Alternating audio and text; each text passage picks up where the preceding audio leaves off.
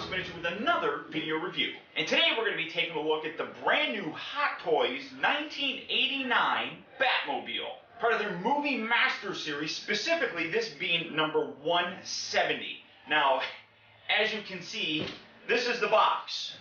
And for a size comparison, this is how big the box is. Now, that's a good and a bad thing.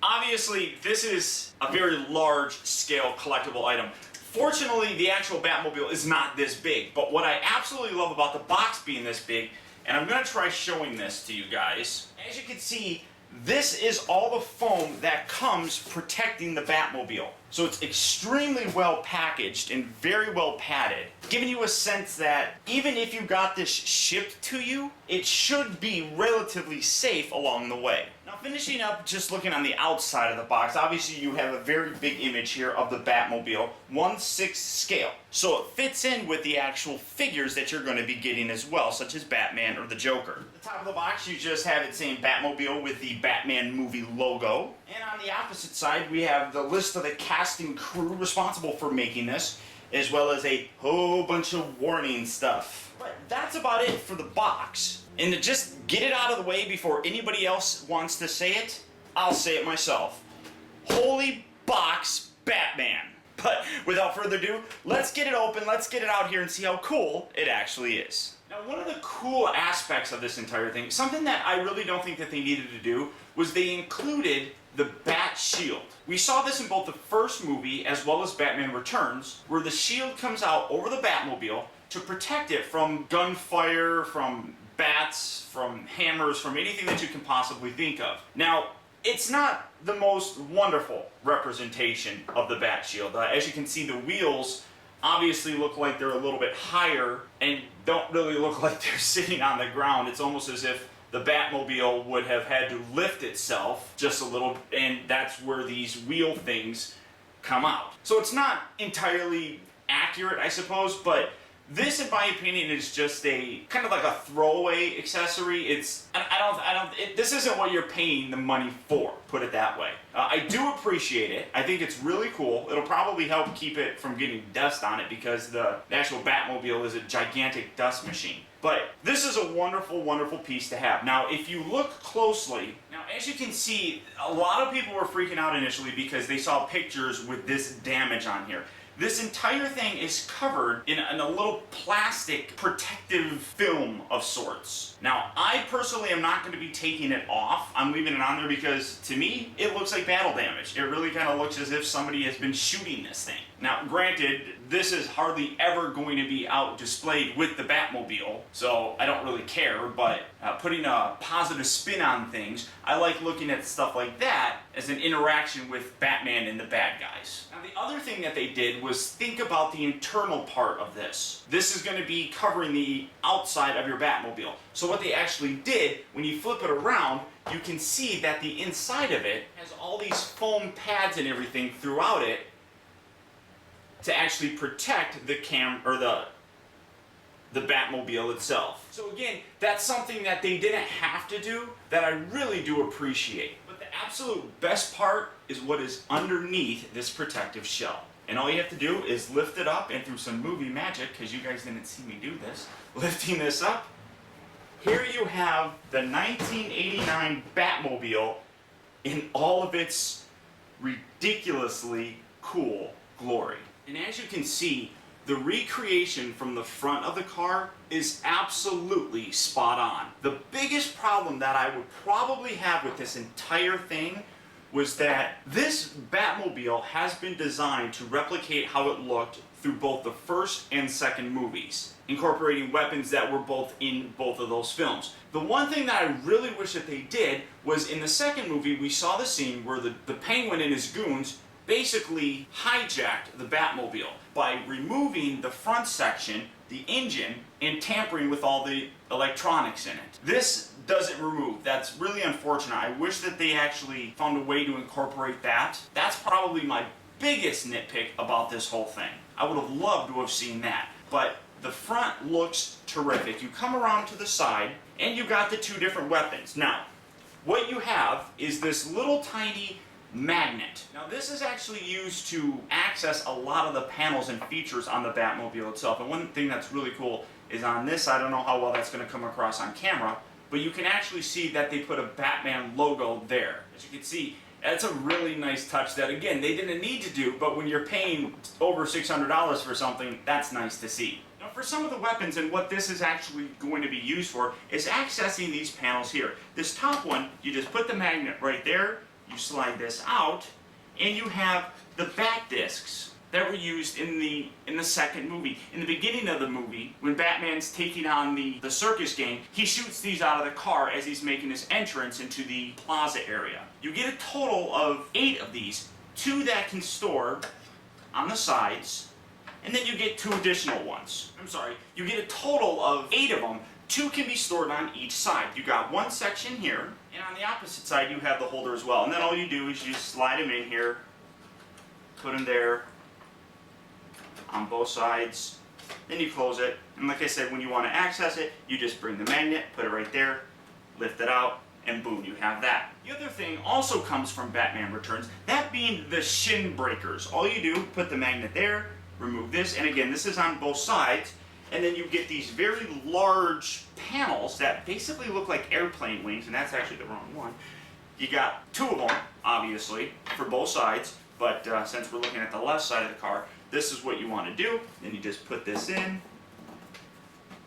and now you can have the Batmobile cruising down the streets of Gotham, and if anybody is standing in his way, he'll hit you in the shins and make you fall down and cry like a baby. And then when you want to take it out, like I said, they are on both sides. I'm just not going to keep flipping this thing around because it's pretty heavy. We're just going to wiggle that out, and then you got this, and like I said, it's just a magnet, boom, and you just put that right there, and it stays in there perfectly fine. Now the other thing that this is good for is removing the panel on the top here, exposing the machine gun that we saw famously used to break into the chemical company in the first Batman movie, which was really kind of weird because if you remember, he shot from the middle and then shot out, which I don't know how they did that, but whatever. And then you just take this, again, magnet, and then this whole panel just lifts off just like so. Then you reach in here and pull it out, and boom, you have his machine gun.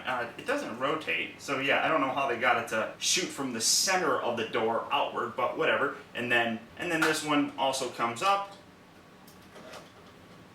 Pull it up, it clicks into place, and they do actually position up like so. There's a lot of other cool things on here. Now I'm going to put this one down just so that you can see the back one a little bit better. You have this little bit right here that pops out. This little bit comes up, revealing all the bullets, and then what's really cool is it actually comes down here and you can see a large amount of bullets, and it just tucks down the side. You probably can't see that. Let me pull it up on, well, I don't know if you'll be able to see it on this side as well. You can see all these extra bullets just stored down inside the actual Batmobile, and I think that's a wonderful touch. Again, they didn't need to make the bullets that long to get the point across, but I love that they did. Again, over $600, that's the kind of detail that I love and I appreciate and expect from a company like Hot Toys. So to put them away, you just bring it down, put that down, put that all the way down, just like so, and then you just take these little bits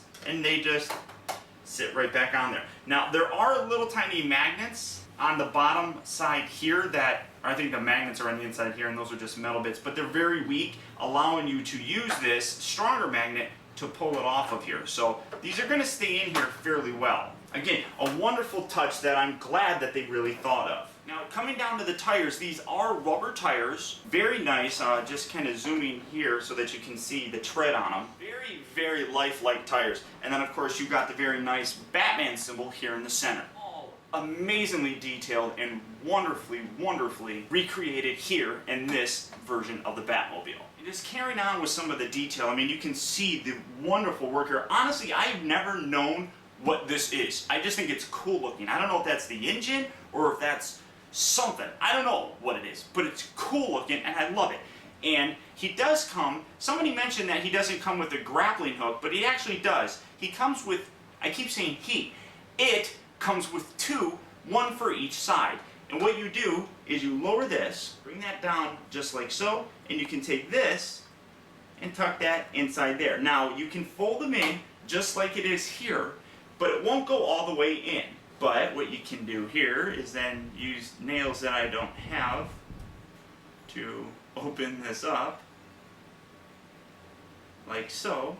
And here you have the grappling hook that he used in the first movie to quickly turn down a different street while he was being chased by the Joker's goons.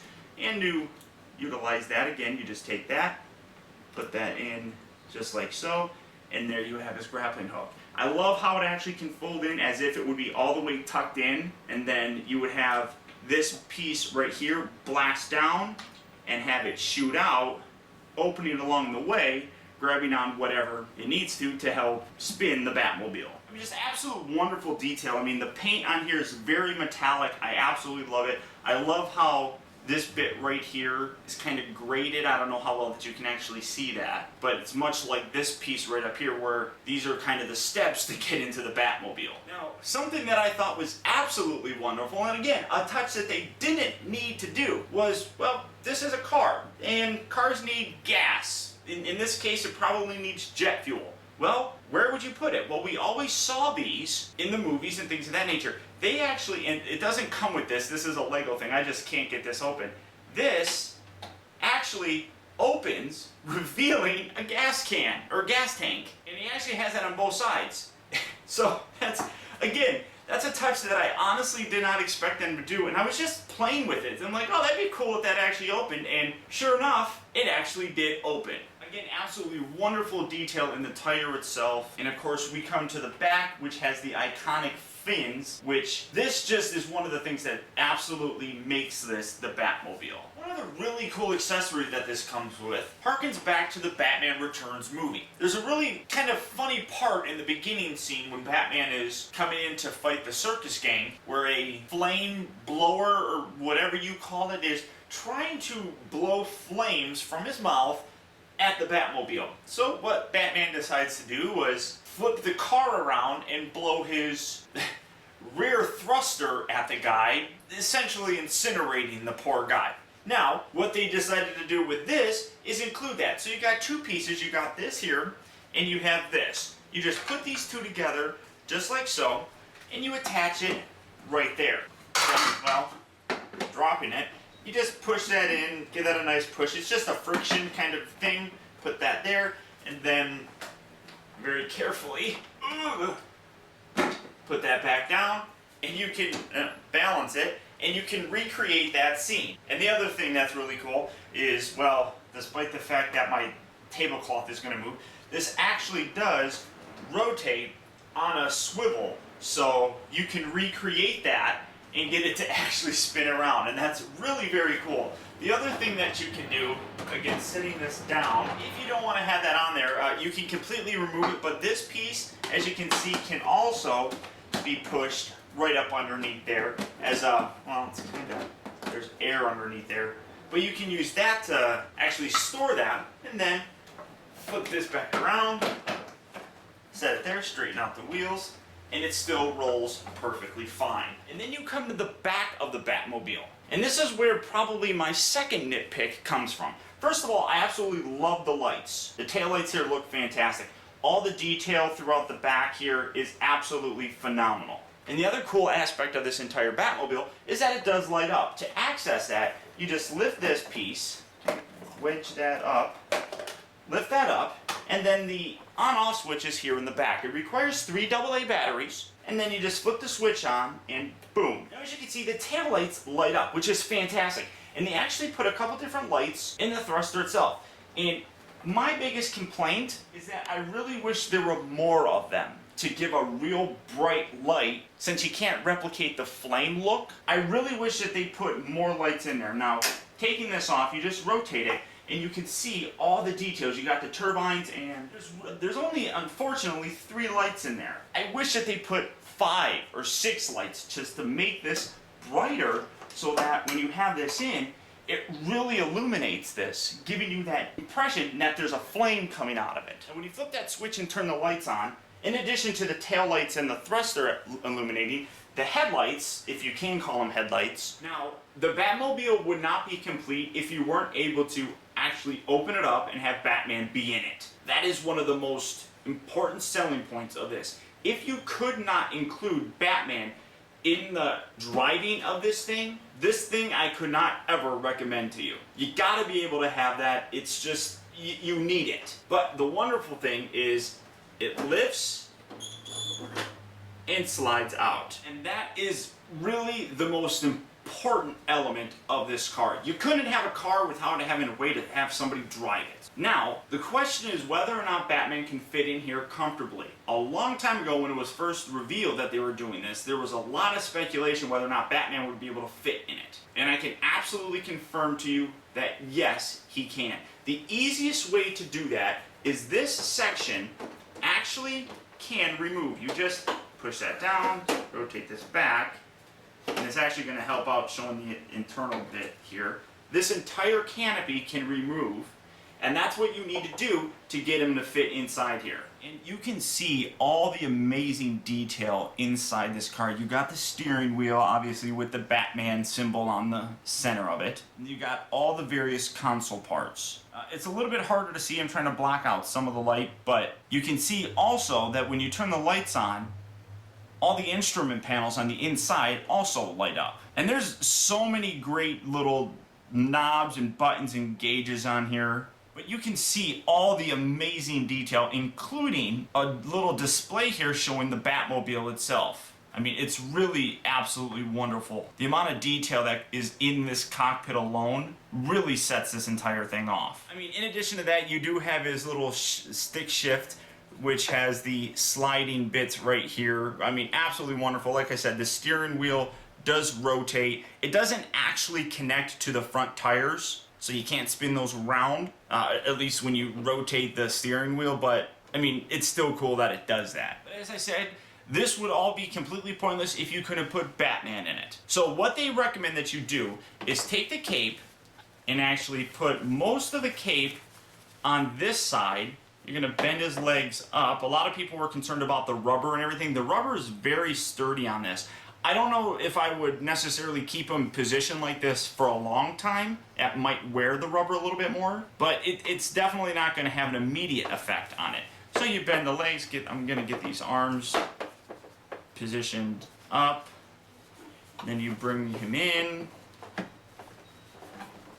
Kinda have to do a little wiggling here of his legs.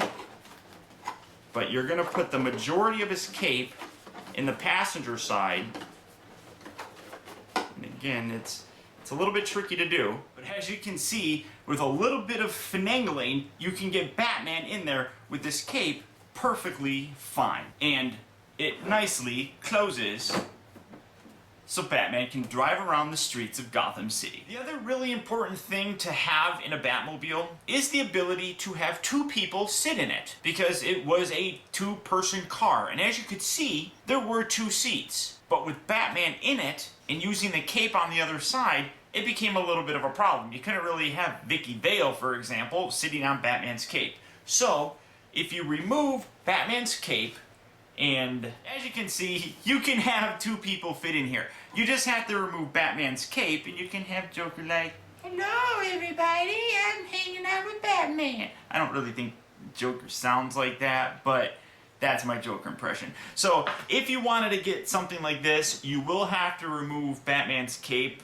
just to get them to both fit in there. But honestly, I don't think it looks all that bad, and if this is how you wanted to display Batman and the Batmobile together, to me, it works. Now, the 1989 Batman movie, for me, has always been one of the best Batman movies ever made. That being said, this Batmobile is my Batmobile. There are two cars in this world that I would absolutely give anything to own and be able to drive myself. One is the DeLorean from Back to the Future. The other is this. And you almost basically have a down payment for that Batmobile when you want to buy this Hot Toy version. At roughly $620, this is an extreme collectible that not a lot of people will be able to afford. However, the absolute wonderful thing about Sideshow Collectibles, where you can pick this up, is that they offer the ability to do payment plans, which means this thing was announced over a year ago. In that amount of time, you could have slowly paid it off to the point where a $620 bill wouldn't really upset you. Paying a little here and there to get this over that long period of time really is the absolute best way to go. And if you are interested in picking this up, I would absolutely recommend doing it that way. It also makes people like your wife not get too upset when you have to spend that much money at one time. This thing is just iconic. The amount of detail that's in this is absolutely what you're paying for. I mean, the Batman figure alone is about a $200 to $250 figure. Having a 1/6 scale Batmobile would necessitate a much higher price tag. But I really don't feel, and they absolutely could have, but I don't feel that they skimped on any of the details. As I said, I never expected the gas cap to open up. That was an absolute wonderful touch that they didn't need to put into it, but I'm absolutely thrilled that they did. Now, if you are interested in picking this up, go ahead and click on the link down in the video description where you go to Sideshow Collectibles, and you can either pick this up outright or utilize that wonderful payment options that Sideshow Collectibles offers to us. But that's about it, guys. So once again, I want to thank you for tuning in. This has been Optibotimus. Keep in touch with me. Find our recent purchases as well as all upcoming video reviews all at facebook.com/teambotimus, and follow me over on Twitter at twitter.com/Optibotimus. And until next time, I'll talk to you later.